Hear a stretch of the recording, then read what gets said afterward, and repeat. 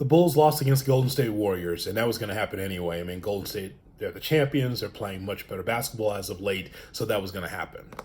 But here's the thing that was a head scratcher. You know the Warriors shot 20 for 50 from three? They won the ball game. But we saw Jordan Poole hit 7 threes. And then before that, against the Phoenix Suns, Devin Booker had 51 points, and he was lighting the Bulls' ass on fire. So here's a question about Zach LaVine and DeMar DeRozan. They're two different styles. We clearly see that, right? We see DeRozan, he's got kind of that old school game where he is from the foul line down, being able to score, goes in the painted area, doesn't shoot a lot of threes. He gets his points, that's for sure. But then there's Zach LaVine, and Zach LaVine can go to the hoop, he can dunk the basketball, he can shoot threes, does a lot of different things. So I have no problem with the diversity in the offense. I have a problem with the offense overall. Defense aside, the Bulls are just never going to be a good team defensively. I've been saying that for the last couple of seasons.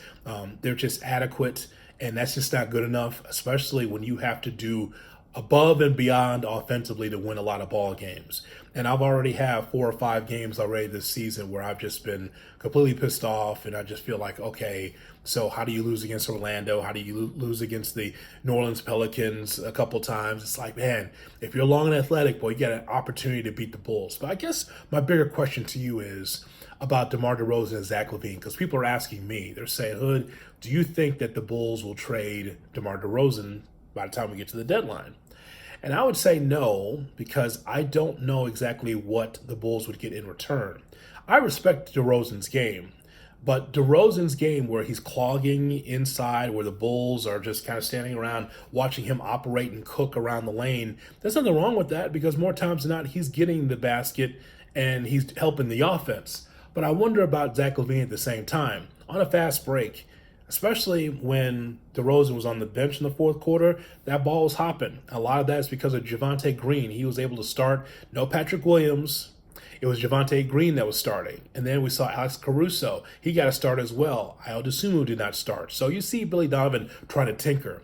But it's more than just Javonte Green, who I think did a nice job because he gives a damn defensively.